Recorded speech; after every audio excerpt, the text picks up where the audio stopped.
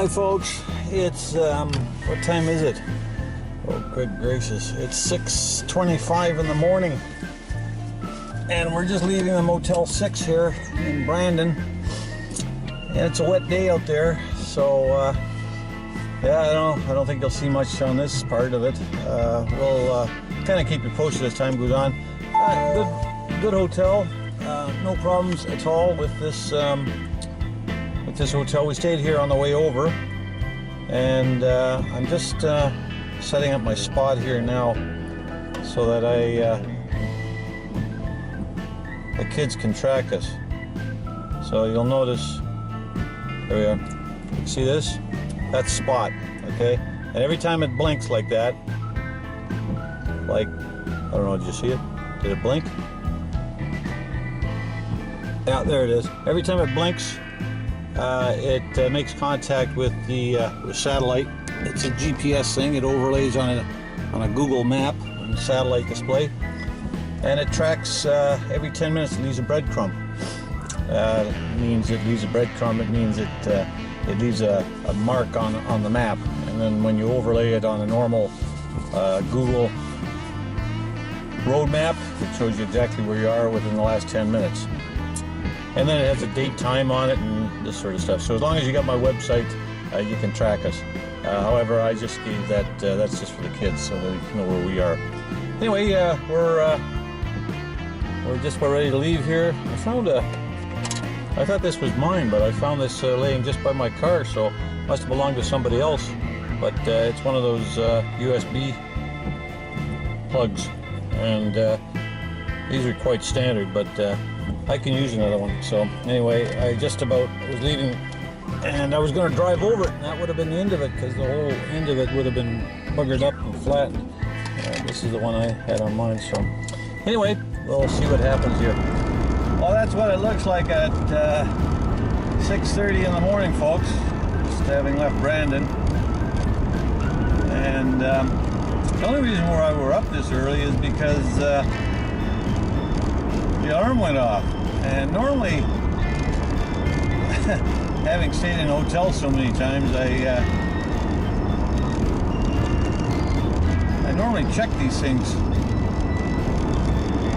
the night before and switch everything off. But this time around I forgot. And so, sure, 5 o'clock this morning, all we got was static.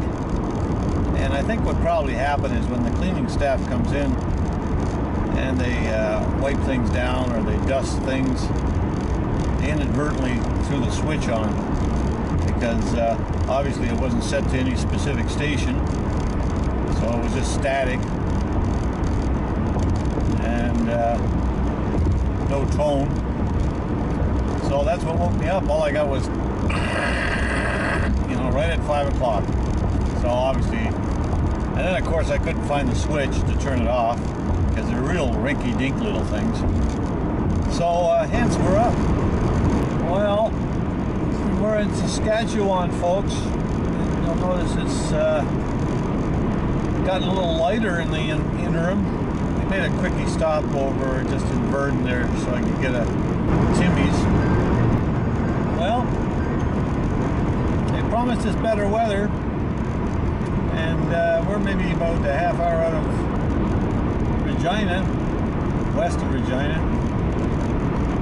And look, the rain has stopped. The cloud base has increased in height. And I think as we go westward, we're even going to see some sun. Okay, well, we just fueled up at Co-op. And, I don't know, I get really irritated when they build an information center off the highway, and then they put a stop sign at a very busy intersection, and you have to cross the intersection, all lanes, 4 lanes of it, to get back on the highway. Now here, I'll show you what I mean here. Okay, there's the information center right there, and there's Timmy's off to the left. So, and Co-op is on the other side of the street. So I went and fueled it up. Now you got to cross this four-way stop here. It's a four-way stop, okay? But there's no light here, you know, and it's very busy. Well, it's not busy right now, but it was busy, you know, like you get into that busy season, especially in the summer, okay, when you get a bunch of tourists. You know, why they can't put a light there is beyond me, you know. It just, I don't know. They will. They will, maybe. Marlene says they will, so. Okay, so I guess I should wait it hang out. tough here. Yeah, wait it out.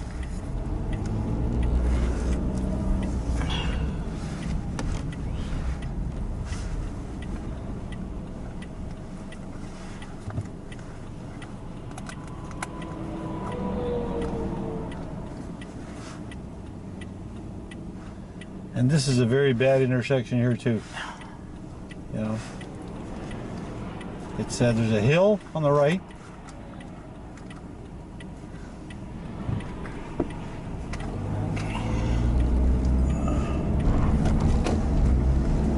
So anyway, it's a nice stop, but I'm sorry, Moose Jaw. You know, it's good going eastbound, but westbound it is a pain because you know, you got the information center there, very nice information center. We go here all the time, but it's not much good for those people that are going westbound because it's just too damn dangerous as far as I'm concerned. Well, we're on Highway 1 westbound, and you'd think we were on a two-lane road here. I think I mentioned this last time as well. I can't even see the other two lanes, which are to the south. Anyways, cut a ways over, so that's all right. We don't mind that. But you'd almost swear you're on a two-lane road here. And Marlene and I were just discussing cows, weren't we? She doesn't say much. But if you've ever noticed cows, what do cows usually do? Oh, they're in a field, they got their head down, and they're grazing. They're always eating. So they just eat and eat and eat. And I sometimes wonder, you know, what kind of a life a cow leads, you know? There they are in a big field, they got all this green grass, whatever's around, and they're eating it. And why are they eating it? Well, I guess they gotta live.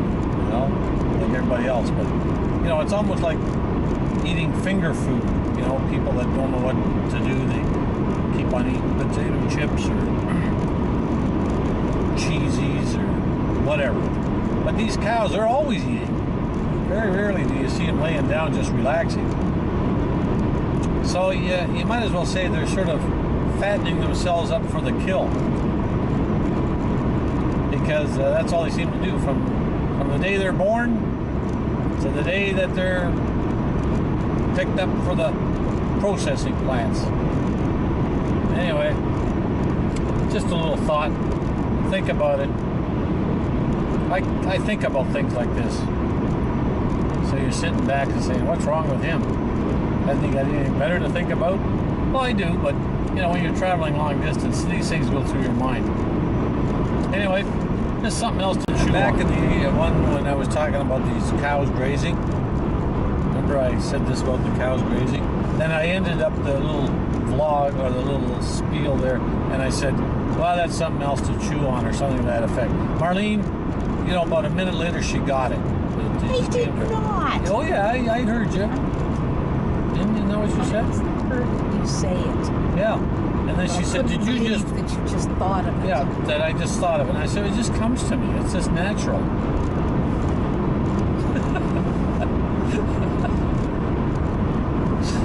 Oh, boy. It's a good thing we've known each other for so long. How many years? 52. 52 years we've known each other. Wow. We gotta go down to 80 here. This is Enfold. Ernfold. was a town back there called Uren.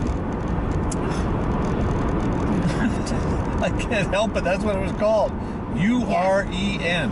Okay, that's U-R-E-N. Yeah, Uren. Yeah, not. Uren? Yes. Or Urin? Urin. I don't know whether you can see that, folks. But we're in that reserve area. And if you look to the right, Huge batch. there's a huge batch of birds up there. I don't think you can see I don't it. think we ever see those.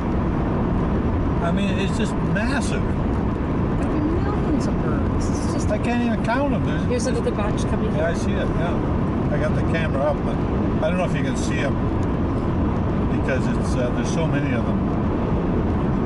I've never seen this before. Oh, I've never seen that many birds in my life. Anyway, you got a nice picture of the sky. I gotta put them down. I gotta put it down now.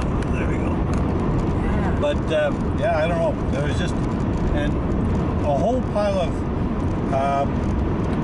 what were they? Ducks? Ducks, I don't know. I don't know. And but they were all in that water off to the left side here. They all had their necks buried in their Those down. swans. They were swans, I think. Yeah. Oh, it's an assortment of. Yeah, but they were big, and there was just thousands of them in there. So, so that's that. What's that called? The what do you call This is it? the Shorebird Reserve. Yeah. So anyway, there you go. So, You've seen so many of them. no, I mean I've seen a lot of birds, but I've never seen that many. That was quite a fantastic sight. And the sun was shining on them real nicely, so they It's kind of silvery, sparkly. yeah. Those So- wings. It woke Marlene up, you know, which is unusual, you know. No, I'm fine now. Oh, she's fine now, okay. Good. Anyway, turn you off until we see something else exciting. Okay, well, we're all ready to go here again. I got my Timmy's, and I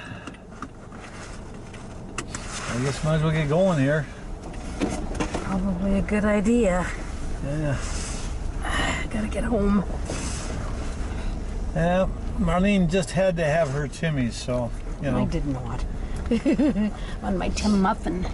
Oh, yeah, she had a muffin this time around, so that wasn't bad. I had the Tim ones. Yeah, They're so. good. They weren't too spicy or. No, I had one of those pies again, so that was pretty good.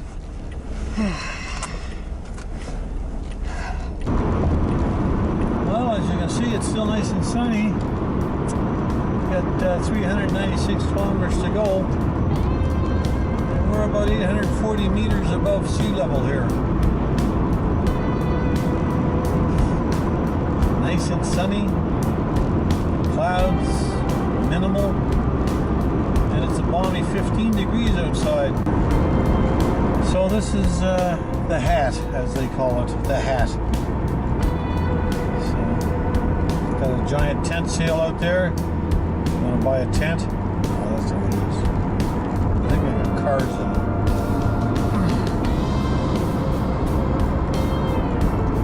Super strong. Yeah. This place is very warm in the summer. It's like Regina and Saskatoon. You know, it gets like in the 30s here in the summer. And then in the winter it gets into the 30s as well, but it's minus 30. So, yeah. So who's that? Red Deer Rebels. Wow. It's a nice bus. And way in the distance there, you'll see the world's largest teenager. I don't know. You'll probably see it pretty soon. And then just beyond that, that's the airport. And I come in here. Slight right turn in 3 kilometers on AP 41A. Yeah, we're going to take Highway 3.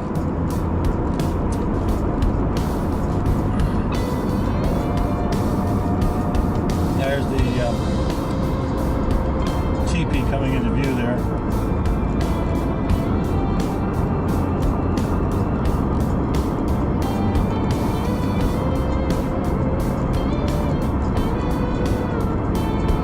And it overlooks a valley.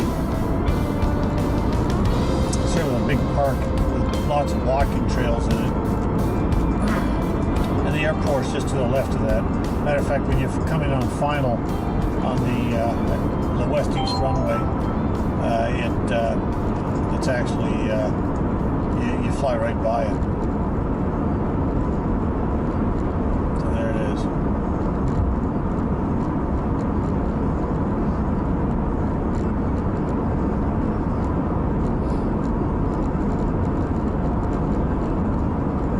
Pretty big.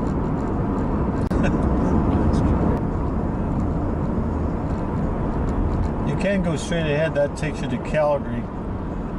But we don't live in Calgary. We live south of Calgary. Approaching left turn on AP3 AP41A.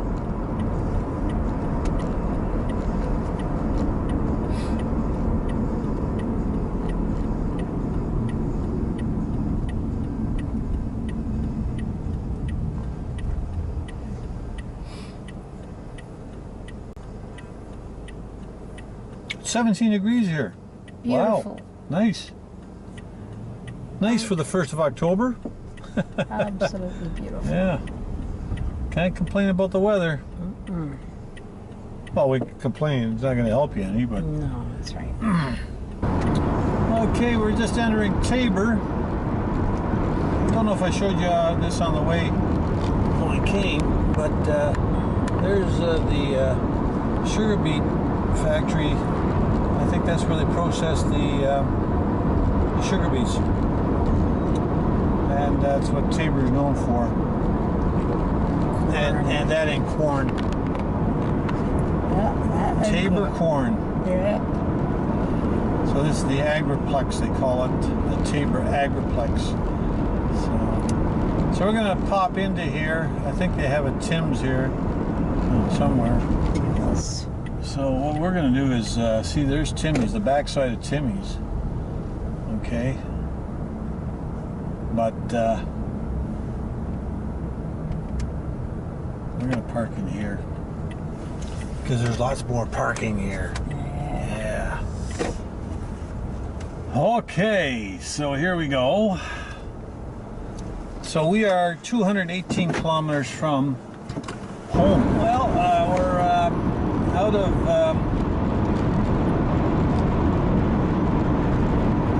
Tabor. Yeah, it was interesting. We had a Timmy's. Well, I've still got the Timmy's. Marlene didn't want a Timmy's. She just wanted one of those donuts with pumpkin, that pumpkin glossy. Yeah, not the pumpkin pie donuts, but just the pumpkin ones. And they didn't have pumpkin pie donuts anyway. They were out. That's a very good selling pie, donut, apparently. So it's one of the top sellers right now, you know, as you're getting near the Thanksgiving season. Is that what it is, Thanksgiving? Yep. Yeah. So 209 kilometers left. We'll be home. And if we keep on trucking the way we are, we should get home about 6:25. Okay, just west of Tabor is another plant. I can't remember now which one. Oh, this McCall's. McCain's. McCain's, oh yeah. Yeah, this is fries. So they make potatoes. A potato like the McCain's fries. Is that what it is? Yep. Yeah. So there's just another factory, and it's all agriculturally based out here. So there's another plant here, and it's McCain's. So you've got the sugar beets and the McCain's. Now this is in Lethbridge County, so I don't know if that's part of. No, it's not part of. No, it's not. It's not part of Tabor. But I'm sure people from Tabor work here because it's a rather large plant as well. So just to let you know. Yep, McCain's. So we're just passing it to the right now. And that's it. Okay, way in the distance there, folks. Way in the distance. You'll see those dark area underneath the clouds. Those are the Rockies. Now we're not going there. We're going to parallel them. We're going to make a north. We're going to be going northbound here pretty soon. they'll be off to our left side. But if you're going to Calgary or anywhere, say south of, maybe 30, 40 miles north of Calgary, you'll see the mountains, and then they kind of disappear once you get north. Well, you got to get maybe about 50 miles north of Calgary, and then they kind of disappear. They're gone. You can't see them. So places like Leduc, Edmonton, Innisfail, those areas north of Calgary, the mountains are too far away. You can't see them. So the only areas where you'll see them is, as I mentioned, south of that, all the way to the border and beyond south of the border. So the Rockies kind of take a sort of go into a northwesterly direction after Edmonton, or after Calgary rather. So It's the huge wing of the bird. yeah, oh yeah, that cloud up top, it just looks like a big feather. Yeah, I don't know if you can see that. It looks very impressive, but there's a lot of wind out here. There's what we're looking at, and it looks just like a feather. But that's because there's probably a lot of wind up there, and it's sort of blown it all out of. But it looks very, very nice. It looks like artwork. So yeah, pretty nice. Didn't you say those like mare's tails or something? Yeah, those are mare's tails, so that's a good indication that aloft there's a lot of wind. Yeah.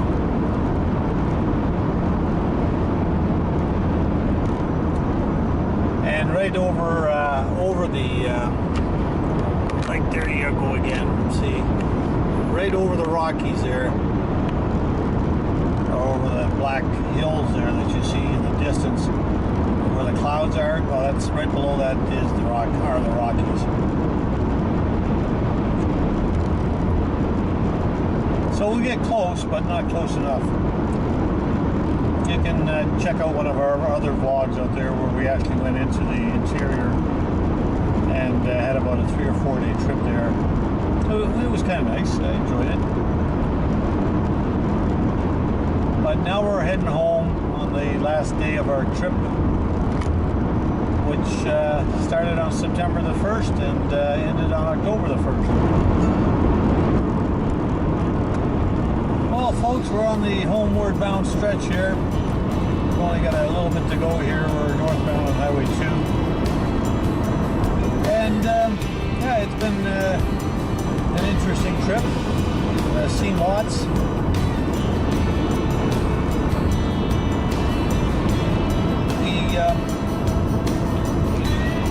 Hope to do more of these, and at some point in time maybe even do it in a little camper.